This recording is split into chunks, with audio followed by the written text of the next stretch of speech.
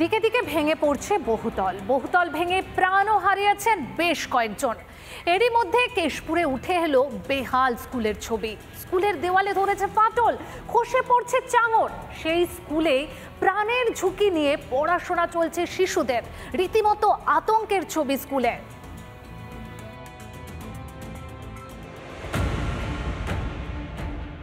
কেশপুরের বড় বড়জ প্রাথমিক বিদ্যালয়, যেখানে পড়াশোনা করে প্রায় ৬২ জন পড়ুয়া, কিন্তু স্কুল বাড়ির অবস্থা একেবারে শোচনীয়। ক্লাসরুম থেকে শুরু করে বারান্দা, বেরিয়ে এসেছে স্কুলের কঙ্কালসা চেহারা। দেওয়ালে ধরেছে বড় বড় ফাটল, খসে পড়ছে চাঙড়। যে কোনো সময় ঘটতে পারে বড় সড় দুর্ঘটনা। স্কুলের একদম যে ঢোকার যে জায়গা, আমি সেই জায়গাটা দেখাচ্ছি ঠিক কি অবস্থায় রয়েছে। আমার ক্যামেরা পার্সনকে একটু এগিয়ে আসতে বলবো। এই যে পোর্শনটার নিচে আমি দাঁড়িয়ে রয়েছি, এইখানে যদি একটু নাড়ানো যায় দেখা যায় ধুলো পড়ছে, মানে যে কোনো মুহূর্তে কিন্তু এই যে চাঙড় সেটা কিন্তু ভেঙে পড়ে যেতে পারে। দেখলেন তো কিভাবে জীবনের ঝুঁকি নিয়ে পড়াশোনা করতে হচ্ছে শিশুদের। অভিযোগ শুধু এটুকুই নয়, স্কুলে মেলে না ঠিকমতো মিড ডে মিলও।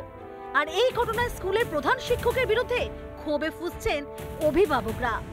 ঠিক আছে, 10টা ডিম ভেঙে ভেঙে খাওয়া, তারপরে ডিম খাওয়ানোই হয়নি। ডিমটা হয়নি, একদম হয়নি। বিল্ডিং এসে ভেঙে গেছে, দুটো স্কুলে দেখুন, সে পাশেও আছে এ পাশেও আছে। টিচার ইনচার্জ তার দায়িত্ব নিশ্চয়ই পালন করেনি। ডাল সবজি স্যারের দিকে আমি বলেছিলাম ডিম সপ্তাহে কমসে কম একটা ডিম দেওয়ার জন্য, বলছে না একদিন ডিম দেওয়া যাবে। ওই যে টাকাগুলো আসছে, আমি ওটাই বলছি যে ওই যে ব্যক্তিগত, কিন্তু যেই টাকাগুলো আসছে তখন কাজে লাগানো।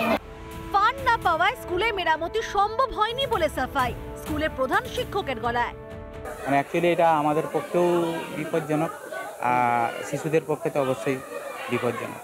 আপনি বলার পরে ফান্ড আসেন না, ফান্ডের জন্য আপিল করা হয়েছিল, অনেকবার আপিল করা হয়েছে, ঠিক আছে, যে এটা রিপেয়ার গ্র্যান্টের জন্য যাতে টাকা পাই, ঠিক আছে, কিন্তু রিপেয়ার গ্র্যান্টের কোনো টাকা পাইনি। বিপজ্জনক স্কুলে জীবনের ঝুঁকি নিয়ে পড়াশোনা করতে হচ্ছে শিশুদেরকে।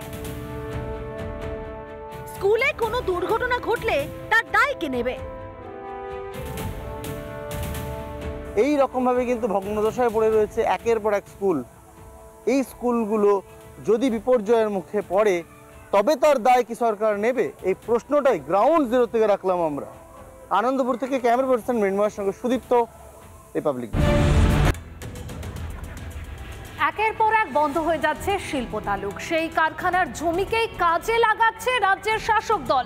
জোর কদমে চলছে লোহা চুরি, পুলিশের মদতেই এই কাজ, এমনটাই অভিযোগ বামেদের।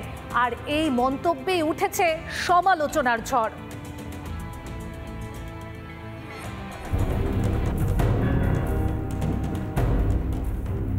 শিল্পতালুক দুর্গাপুরে একের পর এক কারখানা বন্ধ হচ্ছে। সিপিএম এর অভিযোগ, বন্ধ কারখানায় তৃণমূল ও পুলিশের মদতে চলছে লোহা চুরির কারবার। লোহা চুরি বন্ধে লোহাচোর ও পুলিশকে লোহার চেন দিয়ে বেঁধে রাখার নিদান দিলেন দুর্গাপুরের সিপিএম নেতা পঙ্কজ রায় সরকার। লোহা ভাঙতে ঢোকে আমরা বলছি মোটর সাইকেল সহ সেই লোহা কারবারিদের বেঁধে রাখবো।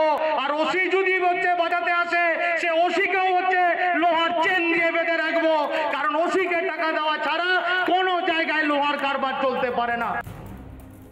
মন্তব্য ঘিরে উঠেছে সমালোচনার ঝড়, যদিও নিজের মন্তব্যে অনড় সিপিএম নেতা।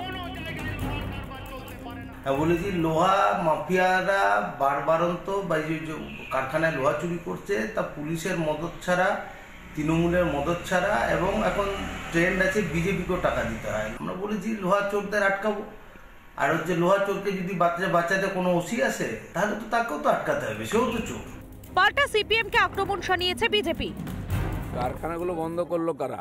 লাল ভাইদের জিজ্ঞেস করুন। আর যারাই বন্ধ করেছে তারাই চুরি করছে, কারণ সব চোর এক হয়ে গেছে। এখন কান্নাকাটি করে কি হবে? তাদের সময় পুলিশ কি করতো যখন ক্ষমতায় ছিলেন? আজকে কেউ মানছে না কথা, তাই এইসব বড় কথা বলছেন। এসব না বলে যা সর্বনাশ করেছেন লোকে, তার সাজা দিয়েছে, চুপ করে থাকুন। সিপিএম এর দুষ্কৃতীরা তৃণমূলে ঢুকে এ কাজ করছে বলে সাফাই জেলা তৃণমূল নেতৃত্ব। তাদের রাজত্বকালে এই চেন দিয়ে বাঁধা লোহা চুরি করা, তৃণমূল তো নতুন করে কাউকে জন্ম দেয়নি। সেই কিছু লোক তাদের নির্দেশে তৃণমূল ঢুকে তারা যদি এই কাজ করে, সেটা মার্ক্সবাদী কমিউনিস্ট পার্টির যে কমরেডরা আজকে দাঁড়িয়ে বলছেন দায়িত্ব তাদেরকেই নিতে হবে। এইগুলো হচ্ছে বিজেপিকে অলিখিতভাবে সাপোর্ট করা। সব মিলিয়ে সিপিএম নেতার মন্তব্য ও পাল্টা মন্তব্যে ভোটের মুখে সরগরম দুর্গাপুরের রাজনীতি। রমেন মজুমদারের রিপোর্ট, রিপাবলিক বাংলা।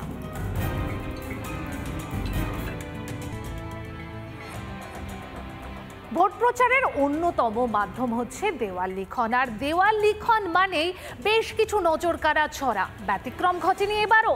লোকসভা ভোটের আগে রানাঘাট লোকসভা এবং বনগাঁর বিভিন্ন দেওয়ালে জমে উঠেছে রাজনৈতিক দলের প্রচার যুদ্ধ।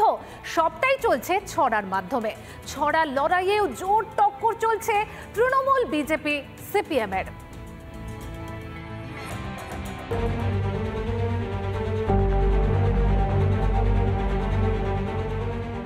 কোথাও লেখা রয়েছে সন্ধে হলে আলো জ্বলে, পাকা রাস্তায় মানুষ চলে, টাইম কলে জল পড়ে, লক্ষ্মীর ভান্ডার ঘরে ঘরে। তো কোথাও আবার লেখা রয়েছে কয়লা খেলি, গরু খেলি, খেলি নদীর বালি, মা বোনেদের বাদ দিলি না, বলছে সন্দেশ খালি। তৃণমূলের দাবি ভোটের জন্য তারা এখন ছড়ার উপরেই বেশি জোর দিচ্ছেন। সাধারণ দেওয়াল লিখন মানুষ এখন আর দেখতে চায় না। সেক্ষেত্রে ছড়া হলে কিছুটা হলেও বেশি চোখে পড়ে মানুষের। পুরো আমাদের যত কর্মীবৃন্দরা আছে, আমরা সন্ধ্যাবেলার পরে আমরা নিজেরা কবিতা লিখি। লেখার পরে সেটাকে আমরা আমাদের নেতৃত্বের কাছে দিই, তারপরে সেখান থেকে গ্র্যান্ড হয়ে আসে যে কোনটা লেখা হবে, সেই মতন লেখা হচ্ছে। আরও অনেক কবিতা আমরা লিখেছি, সেগুলো হাসিও পাচ্ছে এগুলো লিখতে, কিন্তু ভালোও লাগছে এবং এটা খুব ভালো লাগছে প্রত্যেকটা মানুষ দাঁড়িয়ে দেখছে। সিপিআইএম কর্মী সমর্থকরা বলছেন এখন আমরা যে যুগে বাস করছি, মানুষকে আকর্ষণের প্রয়োজন রয়েছে, তাই তরুণ প্রজন্মের ছেলেমেয়েরা ছড়াকেই বেছে নিয়েছেন। স্বাভাবিক আমাদের তরুণ প্রজন্মের ছেলেরা মেয়েরা যারা লিখছে দেওয়াল, তারা এই কবিতা বা এই ধরনের ফ্ল্যাশ মব বা এই ধরনের কর্মসূচির মধ্যে দিয়ে মানে বেশি অংশের মানুষের কাছে পৌঁছানো যায়, সেই কারণে এটা আমাদের পার্টি অনুমোদন করে। আমরা স্বাভাবিকভাবেই আমরা দেওয়ালে সেটা লিখি। বিজেপির দাবি ছড়া লেখাটা একটা পরম্পরা। কবিতা, কার্টুন চলে এসেছে অনেক দিন আগে থেকেই। স্বাধীনতা সংগ্রামীদের যে লড়াই, কবি মুকুন্দ যে সেই সময় যে ছন্দ করে লিখতেন, ঠিক আমরাও সেইভাবে ছন্দ করে লিখছি। সাধারণ মানুষ সেটা খুব ভালোভাবে নিচ্ছে এবং বুঝতে পারছে যে এই রাজ্যের হাল মমতা ব্যানার্জি কোথায় নিয়ে দাঁড় করিয়েছে। খুব সহজেই ব্যঙ্গচিত্র বা একটা ছড়ার মধ্যে দিয়ে বলা যায় অনেক কথা। তবে কোন দলের ছড়া বেশি মন জয় করেছে তার সময়ই বলবে। রিপাবলিক বাংলা।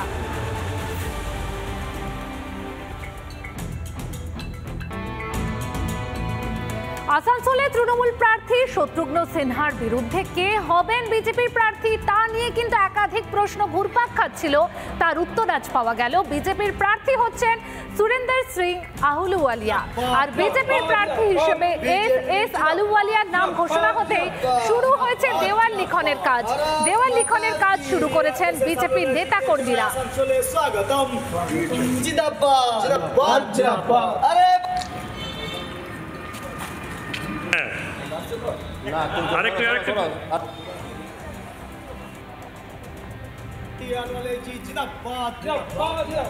আসানসোলে তৃণমূল প্রার্থী শত্রুঘ্ন সিনহার বিরুদ্ধে বিজেপির প্রার্থী হচ্ছেন সুরেন্দ্র সিং আহলুওয়ালিয়া, আর বিজেপি প্রার্থী হিসেবে নাম ঘোষণা হতেই শুরু হয়েছে দেওয়াল লিখন। তোড়জোড় শুরু হয়ে গেছে দেওয়াল লিখনের কাজে, আর দেওয়াল লিখনের কাজ শুরু করেছেন বিজেপির নেতা কর্মীরা।